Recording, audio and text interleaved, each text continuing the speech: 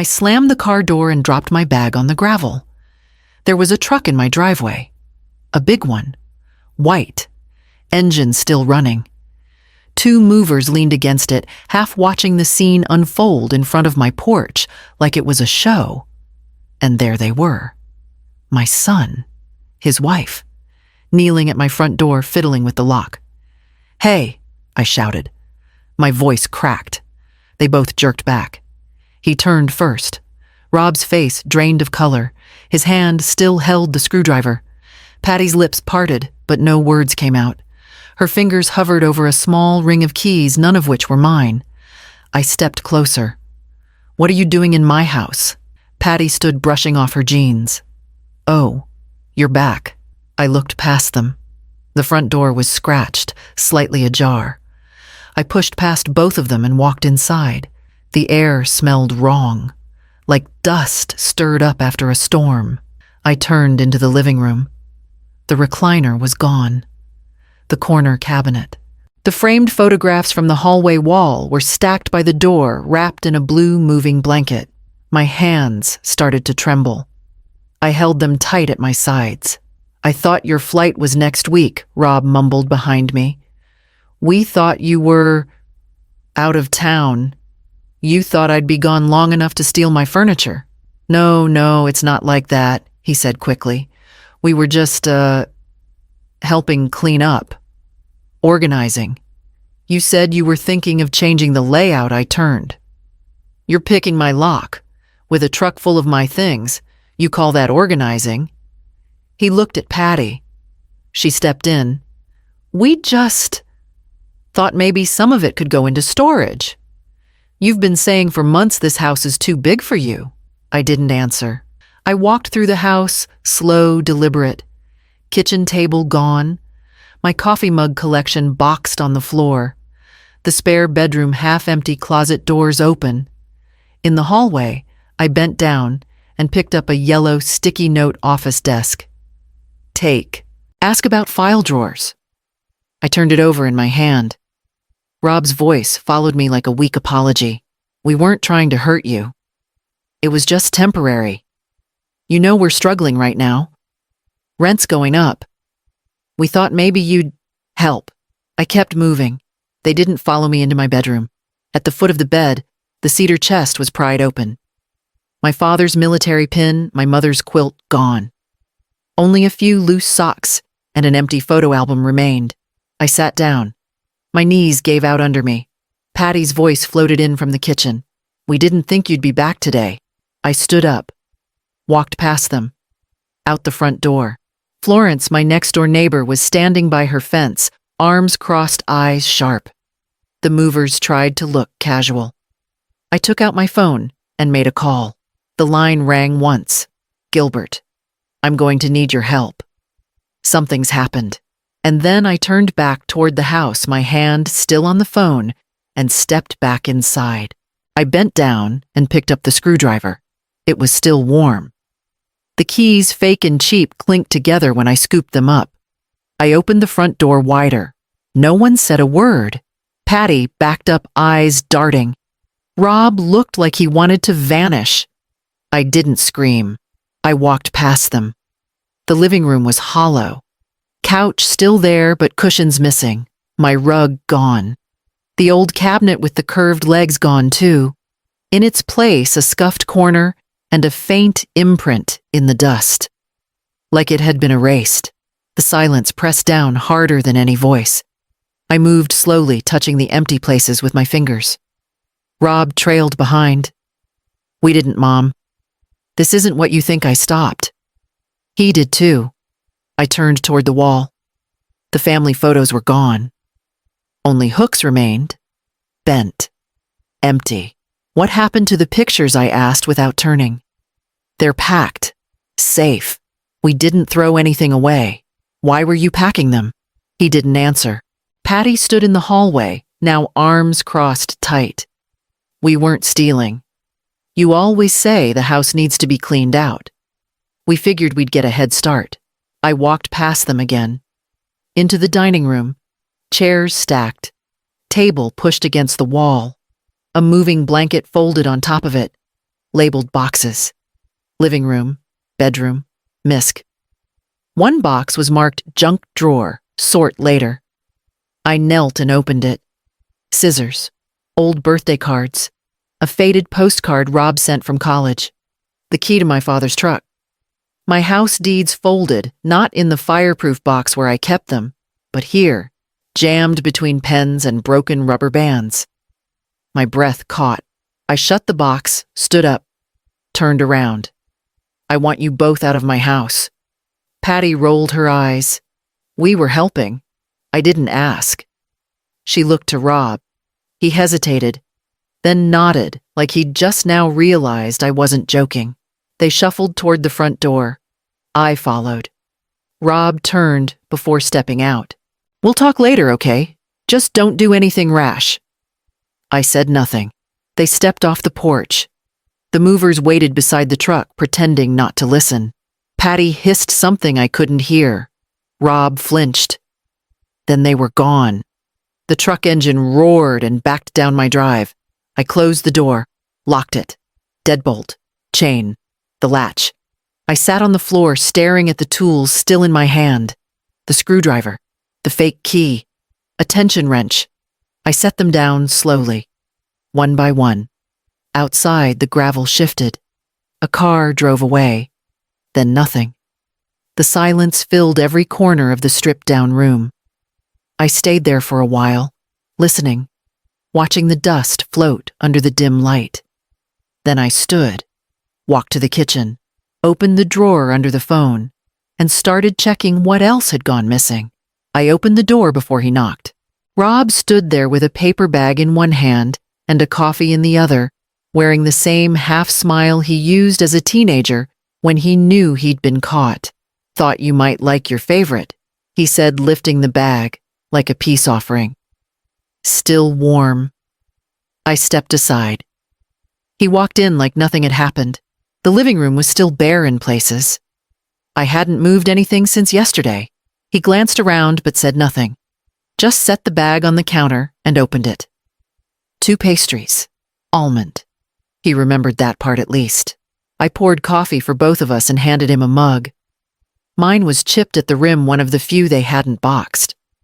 Patty sat in the car. I could see her through the window tapping on her phone, legs crossed, engine running. Rob sipped. We wanted to come by early. Say sorry. Things got out of hand. I didn't speak. He kept going. We shouldn't have touched your stuff. It wasn't the plan. I stirred my coffee once and waited. Patty's just stressed. I lost that freelance gig and her hours got cut. Everything hit at once. Rent's gone up, groceries, gas, all of it. And we just... He sighed. We thought maybe we could figure something out here. I nodded once. Still said nothing. He tried again. It's not like we were going to take anything, just move a few things around. Maybe clear space. You know, in case. In case of what I asked. He looked up. I didn't blink.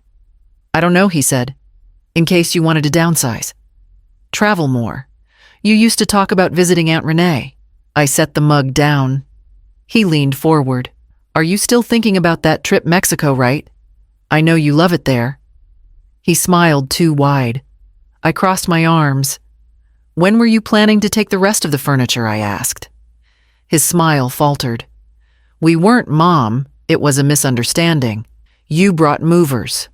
We panicked. You brought a truck. We thought you were gone another week. I didn't reply. He fidgeted. Look, we can put everything back. We didn't damage anything. You pried open my cedar chest. He blinked. That wasn't me. Then who? He didn't answer. The silence hung for too long. I walked to the window. Patty looked up, saw me, and looked away. Rob shifted beside me. Anyway, we'll give you space. Just wanted to say sorry. You know I'd never.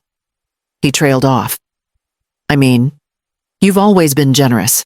He drank the rest of his coffee. Let us know when you take your next trip. We'll keep an eye on things. You can trust me. I opened the door for him. He hesitated, then walked out brushing past me like a stranger. Patty never got out of the car. They pulled away slow. I closed the door, locked it again, and walked back to the kitchen. The pastries were still on the counter. I threw them in the trash, took out the bag, and dropped it straight into the outside bin. Then I walked upstairs to check the bedroom drawers. I yanked the drawer open. Empty. The velvet tray that used to hold my silver bracelet was gone. The little clasp box with my mother's locket gone too. I pulled out the next drawer. A few mismatched earrings, some loose safety pins. Not how I left it. I moved to the closet. My winter coat was missing. So was the black handbag I only used for church or funerals. I backed away and sat on the edge of the bed, gripping the bed frame to stop my hands from shaking. The room felt off, like someone had lived here without me. I sat in the dark. They'd been inside before, not just once. They'd waited until I left, then let themselves in. Quiet. Strategic. Like they were testing how far they could go before I noticed. I stood up and checked the guest room. The bottom drawer was open. Shoeboxes out of place. In the hallway closet, the safe box was untouched but lighter than I remembered. I opened it. A few documents. Insurance paperwork.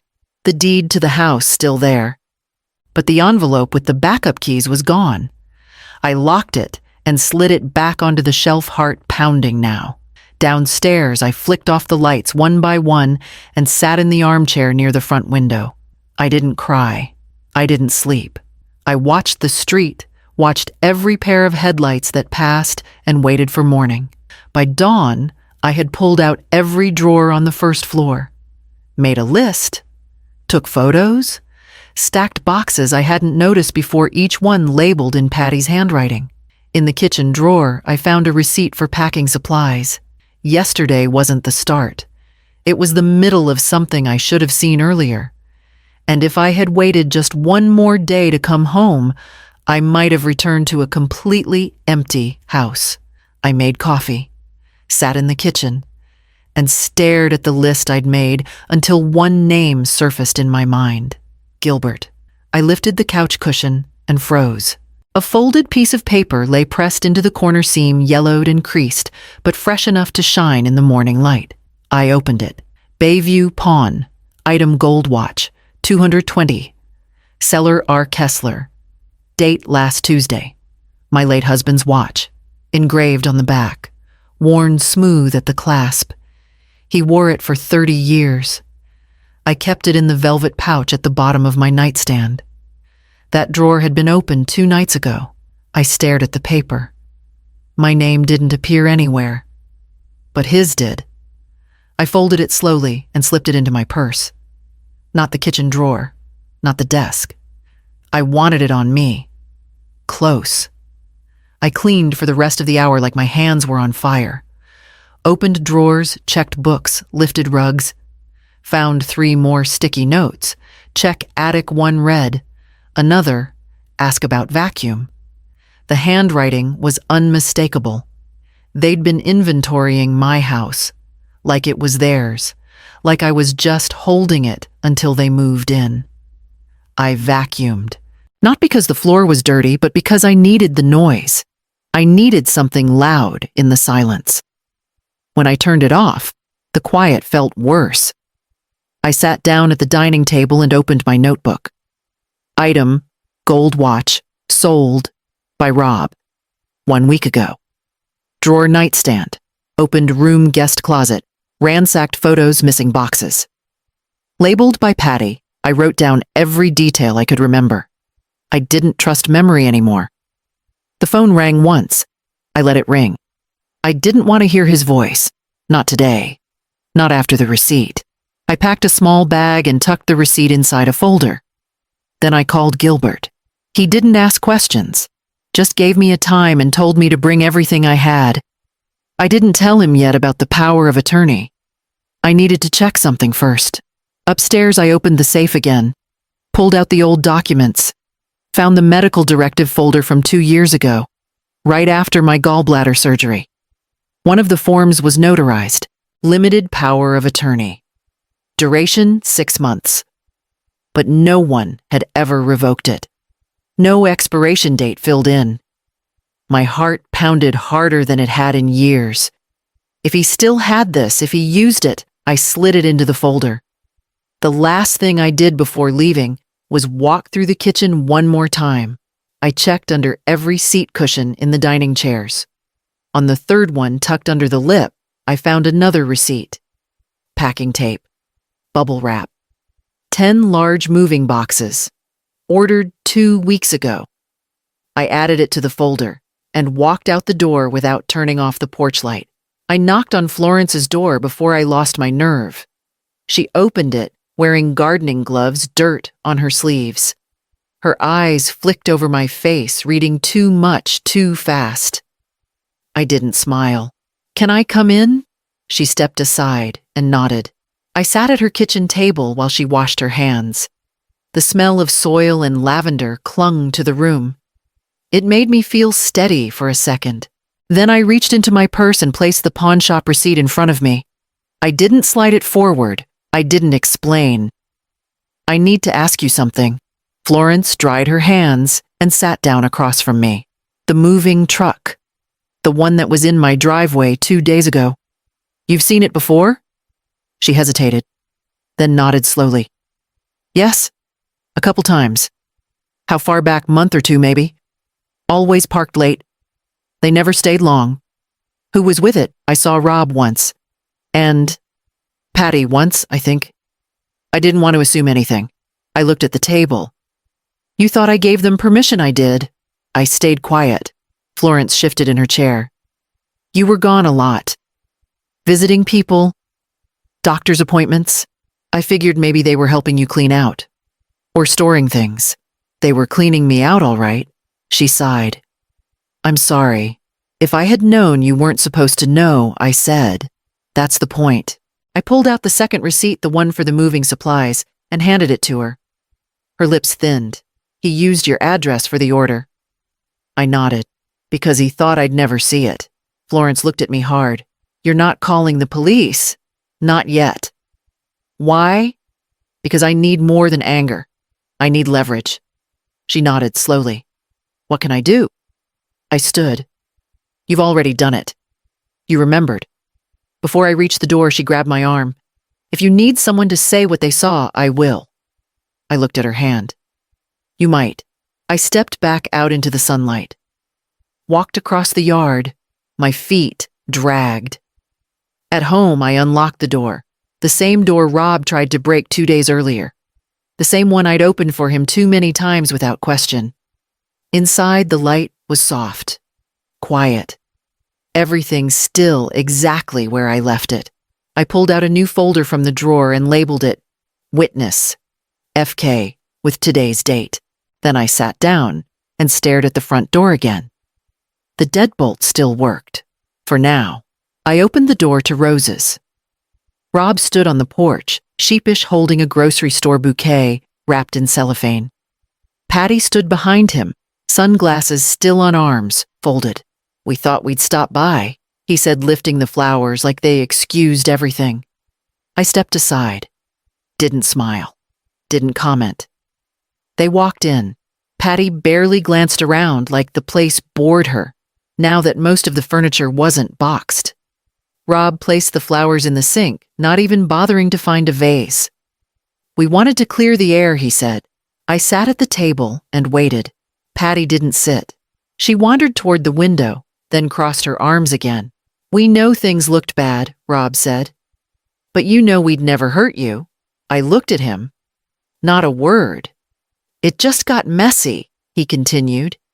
"You coming back early, us being stressed. It's not an excuse, just context." Patty turned. "You're lucky, though. I mean, living here, alone, in this big empty house. Most people your age end up in those, what do you call them, assisted places?" I didn't respond. She smiled. "I mean, I told Rob it's amazing you're still managing everything. Bill's yard work stairs. Must be a lot." Rob cleared his throat. "Anyway, we thought maybe we could talk about some temporary help. Just something small. A little support while we get things sorted. Money, I said. He blinked. Not directly. Just help with the rent. We're behind. A couple months? Just until we catch up. Patty nodded. Only if you're comfortable, of course. It's not like we're entitled. I opened my notebook, wrote the date, their names, then request money for rent. Tone casual apology included. No admission of wrongdoing. They both watched me write. Patty's smile slipped. What are you doing? Taking notes? I said. Rob shifted. Mom, come on. I like to keep track. Helps me remember who said what. Neither of them spoke. I closed the notebook. They stayed 5 minutes longer. Tried to pivot the conversation. Asked about my next doctor appointment. Patty mentioned Mexico again. I didn't give them anything. When they stood to leave, Rob offered a hug. I shook his hand. Patty didn't say goodbye. I locked the door behind them, walked to the kitchen. The flowers were still in the sink. I didn't touch them, just stared. Then went to the drawer and pulled out the folder labeled Motive. I told them I'd be gone. Booked a fake flight. Left the porch light off. Packed a suitcase with towels and old receipts, set it by the front door. Called Florence and asked her to watch the driveway. 2 days later, the phone rang.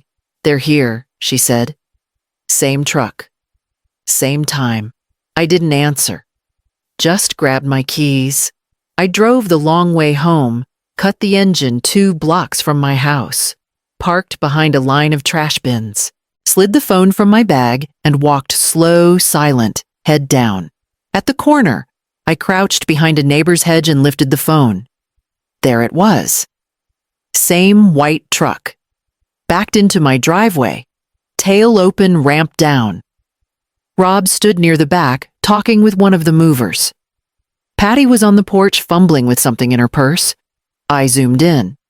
She pulled out a key. The door opened. I hit record. Patty disappeared inside. Rob followed. The mover stayed near the truck, arms crossed, bored. I moved closer. From behind the neighbor's tree, I got another angle. Rob came back out, carrying a lamp wrapped in a blanket. My lamp. The one from the guest room. The mover took it, loaded it. Then Patty appeared again, holding a small box. They didn't rush. They didn't look around. They acted like they owned the place. I recorded everything. 2 full minutes. Then stepped back, walked to the car, and drove around the block again. When I pulled into my own driveway, the truck was still there. I parked behind them. Got out. Left the engine running. Rob looked up. Froze. Patty dropped the box. I didn't speak. I walked past the mover, up the steps, into my house. The front closet was open. Guest bedroom door wide. Drawers pulled. I took a picture of the hallway, the half-packed box on the floor, then turned around and walked outside. They were still frozen. You came back early, Rob said. I lifted my phone. Florence called, I said. And now I have video. Patty opened her mouth, closed it again. You said you were Rob Started. I lied, I said. I turned, walked back to my car, drove to the end of the block, parked again, opened my folder, labeled a new file, Evidence, Break-in number 2. Then I transferred the video, saved the images, made 3 backups. I didn't call anyone yet. I waited. I yanked open the drawer. Papers slid forward, messy stacks that hadn't been touched in months. I shoved them aside until I saw the brown folder marked Medical. I remembered the hospital, the recovery, the weeks I could barely move. I dragged it onto the desk. Bills, prescriptions, discharge forms, and then a page that didn't belong. Bank letterhead. My name. His name. Side by side. My stomach dropped. 2 years ago, I'd signed something too tired, too drugged, too trusting. I thought it was temporary just to let him pay bills while I healed. I never closed it. I logged in online, hands shaking. The access still worked. Balances scrolled up on the screen. Transfers, withdrawals, all signed electronically. His signature, not mine. Thousands moved. Some months, small amounts, hundreds. Other months, bigger thousands at once, always masked in timing spread out, so I wouldn't notice. The most recent transfer was dated last week. $2,800. Gone. I printed the statements page after page, each one proof, each one a knife. I sat down hard in the chair. I remembered every time he told me, "Don't worry, Mom, I'll handle it." I remembered my relief, my blind relief. I stared at the folder. My husband's handwriting was on one of the older pages from when he reminded me to keep control of my own accounts. He used to underline words when he was serious. Never sign anything without me reading it first. He wasn't here to stop me that day. The folder lay open documents spread like wounds across the desk. I grabbed a pen, circled dates, scrawled notes. My hand cramped, but I kept writing. I had to trace every dollar, every move. By midnight, I had a pile. Bank records, the pawn slip photos of the truck. The skeleton of the truth sat right in front of me. I looked at it until my eyes burned. Then I slid it all into a new envelope, wrote one word on the front in black marker, evidence. I locked it in the desk drawer and left the key on the table right where I'd see it at dawn. I slammed the envelope shut. The papers inside rattled like chains. My mind refused to rest. Something gnawed at me sharper than the bank transfers, sharper than the missing jewelry. I went back to the folder. The hospital forms, the insurance copies, the paperwork I signed in a blur of painkillers. And there it was. A single page. My name. His name. The words, "Limited power of attorney." My hand froze on the paper. I remembered that day. The surgeon had warned me not to move for weeks. My son had come with a smile, a pen ready, saying, "Don't worry, Mom. I'll take care of everything. Just sign here." I had trusted him. I had signed. The document was supposed to let him pay bills, handle the basics. But the language was broad, far too broad. Legal rights stretched down the page like a trap I hadn't seen. Banking, contracts, property. My breath caught in my throat. If he wanted to, he could sell this house. He could empty what little I had left. And my own signature would defend him. I shoved back from the desk, the chair scraping the floor. My pulse thundered in my ears. Every kindness I had shown him, letting him in, letting him handle things, believing his words, had been turned against me. My trust had become the knife at my throat. I thought about the moving truck, the lockpicks, the furniture already loaded. That wasn't impulse. That was preparation. The power of attorney gave him cover. And Patty must have known. I gripped the edge of the desk until my knuckles ached. The betrayal wasn't just theft. It was legal. It was planned. It was written with my own hand. I picked up the phone, dialed Florence. My voice broke when she answered. "He has it, Florence. He still has the power of attorney." Silence on the other end. Then her voice tight. "That means?" "Yes," I cut in. "He can sell this house." My eyes swept the room. Every wall felt like it was tilting inward, every picture frame a reminder of what could vanish overnight. Richard's chair, my mother's painting, gone with one forged signature, one crooked lawyer. Florence's breath crackled over the line. "You need a lawyer of your own." Immediately, I nodded, even though she couldn't see me. The paper trembled in my hand.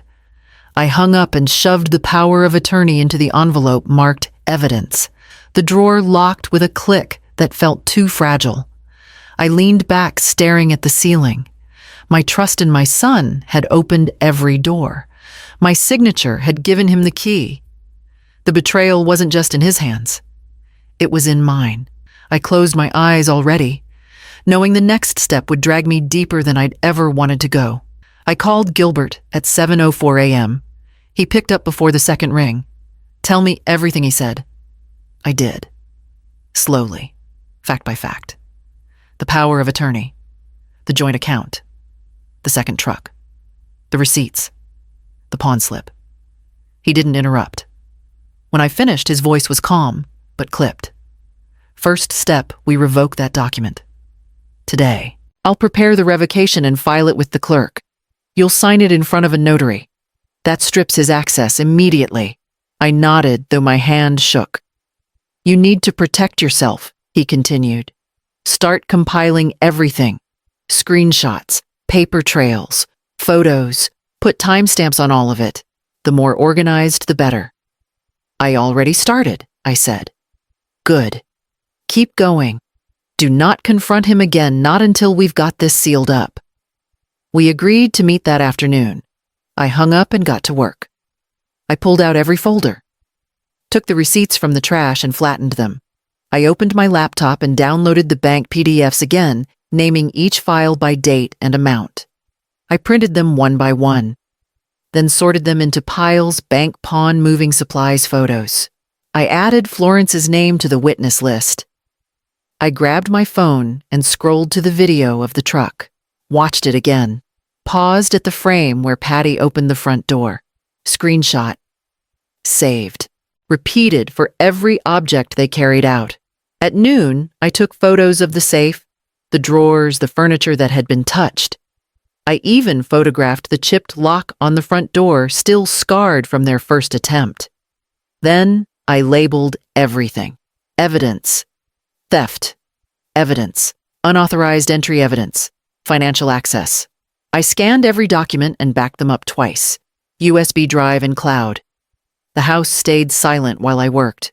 No music, no calls, just the printer humming and the soft click of pages turning. I didn't eat, didn't stop. By the time Gilbert arrived, I had 3 folders stacked on the table. He walked in, looked me over, and said nothing. Just opened the top folder and started reviewing. After 10 minutes, he looked up. You've done more in a week than most do in 6 months. I had to. He nodded. We're going to lock this down. We went over the revocation form. I signed. He notarized. It felt like cutting a cord that should have never been tied. Then he slid another form toward me. This lets me represent you in the event of any sudden transfer or legal filing against your property. Just precaution. I signed. He gathered the folders, checked the labels, and looked at me. If they try anything now, we're ready. I walked him to the door. He stopped at the threshold. You're doing everything right. Just stay steady. I nodded, gripping the doorframe. He left. I stood there a minute longer, then went back to the kitchen. The flowers Rob had brought were wilted in the sink. I threw them out, turned on the faucet, and washed the vase clean. I pulled into the lot and killed the engine. The pawn shop looked exactly how I expected. Faded paint. Bars on the windows. Dust in the corners of the door glass. I held the receipt in my hand, creased and thin from too much handling. I walked in. The bell over the door rang once. A man in his 60s looked up from behind the glass counter. Balding, thick glasses, a gray t-shirt that had seen too many summers. Help you? He asked. I stepped forward. Held up the receipt. This was sold here last week. I'd like to ask about it. He took the slip, squinted. Yeah, that was Robert something. Watch right. I nodded. Gold. With initials on the back. You still have it. He turned, opened a drawer, then bent down. A minute passed. Then he rose with the black velvet pouch. I felt my throat close. He unwrapped it carefully and placed the watch on the glass. I didn't touch it. I'm the rightful owner, I said, voice steady. It was taken from my house without permission. He gave a slow, narrow-eyed nod. Family trouble. Something like that. He shrugged. He didn't look nervous, said it was his.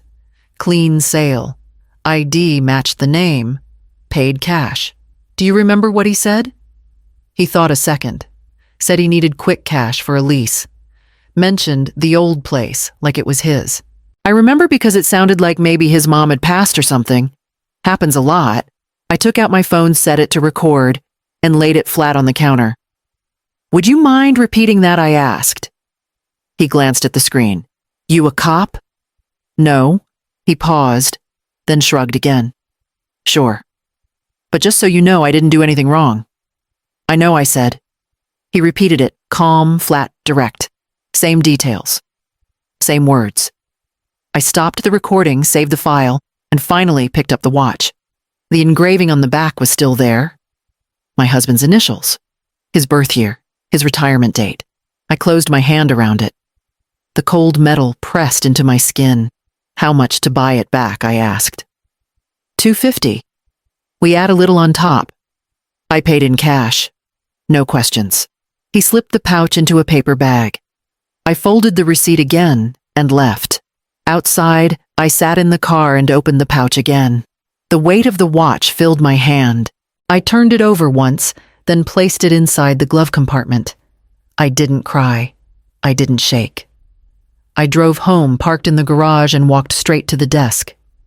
Folder labeled theft. New entry: recovered Richard's gold watch. Pawned by Rob. Verified by shop owner. Audio recorded. Item returned. I clicked the folder closed and stared at the blank page beside it, already knowing which name belonged at the top. I printed the agreement before the sun came up. 3 pages. Plain language. No emotion. Just numbers, dates, and deadlines. Restitution agreement amount owed $7,430. Due within 30 days of receipt consequence of non-payment formal legal action. I didn't pad the figure. I didn't include emotional damages or guesswork. Only what I could prove: what they took, what it cost, what they owed. I made 2 copies, slid them into manila envelopes, and pressed down the clasps hard. At 9:00 sharp, I walked across the lawn to Florence's door. She was waiting. She let me in without asking. We sat at her kitchen table again.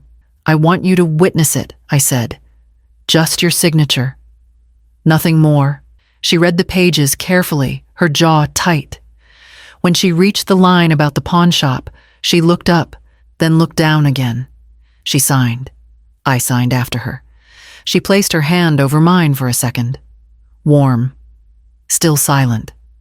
I stood, took the envelope back, and walked home. At my desk, I labeled it, "Deliver when ready." I didn't deliver it that day. I slid the envelope into the drawer. Sat in the chair, rested my hand on top of it for a while. It wasn't revenge. It wasn't forgiveness. It was a record of what was owed. I spent the rest of the day sorting my files, printing clean copies of everything, backing up folders, renaming audio files with dates, locations, and full timestamps. No rage, no panic, just steps, paper, ink. When the work was done, I made coffee and stood by the window. Outside, the wind bent the trees. Leaves clung hard to the branches, the kind of weather that strips what's weak. I stood there, one hand on the mug, the other still warm from the envelope. And I waited. The text came just after noon. "Mom, come by tonight. We want to clear the air, just talk." 6 p.m. No apology, no mention of the house, the lock, the truck, the watch, just that one sentence. Casual, clean, planned. I replied, "Sure, I'll bring dessert." I baked nothing. At 5:45, I pulled into their apartment complex, parked by the hedge, and walked in with a neutral face. I carried nothing but my purse. Patty opened the door, smiled wide. "Wow, you made it. I told Rob you might flake," she said, stepping aside. I didn't flinch, just walked in. The place smelled like cheap air freshener and warmed up takeout. My son stood by the counter, trying too hard to look relaxed. "Glad you came," he said. "We just want a fresh start." I nodded once. Patty led me to the table where 3 mismatched plates were already set. "Sorry it's not as fancy as your house," she said, laughing, "but we make it work." I sat, crossed my hands, waited. She poured wine. Rob passed a bowl of something overcooked. They talked like nothing had happened. Movies, rent prices, weather. Then the shift came. "We know you've been upset," Rob said finally, "and we get it. Really. But you've always been so generous. You always said family sticks together. Patty added, especially in tough markets like this. I mean, let's be honest, your place is way too much for just one person. She looked me in the eye when she said it. Not a flinch of shame. Rob leaned in. What we're saying is, maybe there's a way to share the space, or figure something out that works for everyone. I sipped water, wiped the corner of my mouth, smiled once. I'd like to meet again, I said softly. Patty blinked. Sorry, let's continue this conversation, I repeated. But next time I'll bring someone with me. Rob shifted. Like who, my lawyer, I said. Silence. Patty's mouth twitched. Rob looked like he wanted to speak, but couldn't find the tone. I stood, smoothed my blouse. Thanks for dinner? Neither moved. I walked to the door, opened it myself, paused on the step. I'm free Tuesday at noon, I said. We'll come by. Then I closed the door behind me and didn't wait for their answer. I opened the folder and slid it across the table. Receipts first, then the transfer history, photos of the truck, the pawn shop slip, the video stills, and finally, the audio file printed as transcript and played aloud. My son sat stiff in the chair across from me. Eyes on the paper, then on the floor, then nowhere. His wife crossed her arms and scoffed after every page. Gilbert didn't speak, just pointed where the notary would sign. Florence sat behind me, still, quiet, present. I laid down the restitution agreement. This covers everything taken, Gilbert said, voice clear. 30 days to repay, no interest, no press, no court if honored in full. Rob didn't argue. He read the document once, then again. His signature shook, but he signed. The notary stamped it. Date, seal, witness, done. Patty slammed her hand on the table. Are you kidding me? You're just going to hand over $7,000 like she's the damn queen. Rob didn't look at her. Gilbert stayed still. Patty turned to me. You've always hated me. No, I said. You just made it easy. She stood, shoved her chair back so hard it hit the wall. This is a joke, she spat. You'll get your precious money, but you've lost your family. She stormed out. The door slammed. Silence returned. Rob sat frozen eyes low, hands folded like a child waiting for punishment. Florence stood, walked to the window. Gilbert collected the copies. You'll each get one by certified mail, he said, and I'll hold the original until payment's complete. Rob finally looked up at me. Mom, I held up one hand. No anger, no yelling, just final. I'll see you when it's done. He nodded once. Slowly, I turned, walked out without looking back. I marked the calendar with a red pen. Day 1. He sent the first payment by wire. $2,000. No note. Florence dropped by with muffins. Said nothing about the news. Just asked if the azaleas needed trimming. I said I'd get to it later. The second payment came 6 days later. Another 1,000. Smaller this time. Still silent. I brewed coffee every morning, walked the hall, checked the mailbox. Nothing unusual, no surprises. For the first time in weeks, my hands stayed steady. I didn't text him. Didn't ask how he was. Didn't ask why he took what wasn't his. Let him feel it. Every shift. Every dollar. Every corner of his life pressed to pay back what he'd stolen. Florence called most evenings. Sometimes we didn't even speak, just sat on the line while dinner simmered on both ends. I saw him yesterday, she said once. He looked thinner. I didn't answer. I worked in the yard, washed the windows, took inventory of the house, what was missing, what remained. The empty drawer still caught my eye sometimes, but I left it that way. No more pretending. On day 15, the third payment came. 400. The slump had started. I circled it anyway. Every amount had a weight. By day 22, he sent only 100. No apology, no explanation. Gilbert called, still within legal terms. Keep documenting. Let the clock run. I did. I slept through the night without waking. I made lists of what to donate, what to repair, what to finally let go. By day 26, Florence brought over fresh herbs from her garden. She glanced around the kitchen. "It's quieter here." "It is," I said. Outside, the wind carried in the sound of distant traffic, but the house stayed still. I stirred the pot. "Let it simmer. Let it breathe." He knocked hard, 3 times. I opened the door. Rob stood there, thinner, pale eyes sunken. A jacket hung off him like it belonged to someone else. In his hands, 2 thick envelopes.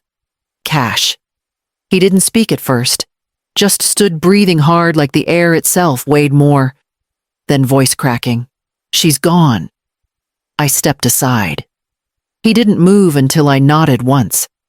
He walked in, sat at the kitchen table, both envelopes still clutched. "I didn't offer coffee. She said she didn't sign up for this," he said. "Said I was weak. Said your house was cursed." He set the envelopes down like they might explode. "I've been working nights. Warehouse. Driving early mornings. Haven't slept more than 3 hours in weeks." I said nothing. He reached into his pocket, pulled out a receipt, crumpled and damp. Pawned my laptop. Cleared the last bit on a credit card. Maxed it. Still, I stayed silent. "I know you don't owe me kindness," he said, but I had to try. He pushed the envelopes toward me. 7,430. Every cent. I counted it 10 times. I didn't reach for them. He looked down. His fingers trembled. His lip cracked. I thought I was doing the right thing. I thought maybe if I could just get ahead just once. His voice broke. He didn't finish the sentence. I sat, slowly, let the seconds stretch between us. He wiped his eyes with the back of his wrist like a boy. No trace of the man who smiled while Patty planned to gut my home. "I ruined it," he said. "Didn't I?" I didn't answer. I opened the first envelope. Counted each bill aloud. Then the second. All there. When I finished, I folded the receipts and paperclipped them, slid them into the file labeled paid. He watched every movement. Waiting. "I'll send you a copy," I said. He nodded. Couldn't look at me. He stood. His chair scraped the floor. "I don't expect forgiveness," he said, "but I hope you'll answer next time I knock." I didn't promise him anything. He walked out slower than he came in. I stood in the kitchen until the sound of his car faded. Then I locked the door and slid the file into the cabinet. The first message came at 2:14 a.m. I didn't answer. Just let it ring, then clicked. Save once it hit voicemail. His voice was low. Hoarse. "I know I messed everything up. I know it. But I'm trying, Mom. I swear I'm trying." The second came the next night. Earlier. "I passed the house today. The lights were off. Are you okay? I just wanted to hear your voice." I saved that one too. By the fourth, he started apologizing in circles. If I could take it all back, Patty the truck everything I would. I'd burn it all. I wasn't thinking. I let her get in my head. But it was me, Mom. I let it happen. Each time I listened once, then archived it. Labeled by date. Stored under audio, after. I never answered. Florence knew. She heard one through the wall while we sipped coffee. I didn't explain. She didn't ask. His voice sounded older with each one. Thinner. Like something was leaking out of him with every word. The sixth message cracked. I went by the pawn shop. "The guy told me you already came. That you bought the watch back. You didn't even tell me." I stared at the floor as he said it. No part of me flinched. The seventh was quiet. Barely a whisper. "I miss home. I don't mean the building. I mean you." I let that one play twice. Then saved it same as the others. By the ninth, he started saying less. Just soft hellos. Then silence. Then the click of him hanging up. I counted them like steps. Not toward forgiveness. Just distance. He reached out. I didn't. My phone stayed on, my ears open. But my mouth stayed shut. And that silence, finally, felt like control. He knocked once. No pounding. Just one quiet knock. I opened the door. No words. He looked thinner still. Hollow eyes, same jacket. In his hand, a white envelope, thicker than before. Sealed. He handed it to me without speaking. I opened it in front of him, counted slowly. Bills stacked neatly. 10,000 even. No note. I didn't come for anything, he said. I just wanted you to know. I'm clean. No more schemes. No more shortcuts. I kept counting. One hand steady on the table. He swallowed hard. You were right. About her. About everything. Still, I said nothing. He shifted his weight. Couldn't meet my eyes. I lost a lot, but I'm starting to see what I still have. I looked up. You don't have a key anymore. I know. No visits. No surprises. If I reach out, you can answer. If not, he nodded. I'll respect that. You don't get to rewrite this, I said, voice flat. You stole from me. Lied to me. Watched me walk through an empty house and said nothing. He blinked hard. Jaw tight. I live with that every day. I tapped the envelope once on the table. Then let this be the end of it. He stood there for a second, just breathing, then said quietly, Thank you for not making it worse. I didn't reply. He turned, opened the door slowly. Sunlight hit his back. He paused on the porch. I hope someday you call, he said. Then he left. I closed the door, turned the lock, walked back to the table. The envelope sat there like a sealed chapter. I placed it in the safe and walked into the kitchen to boil water for coffee. I bolt the new lock myself. The locksmith leaves. I watch him drive off. The brass gleams in the sun, clean, unmarked, untouched by anyone but me.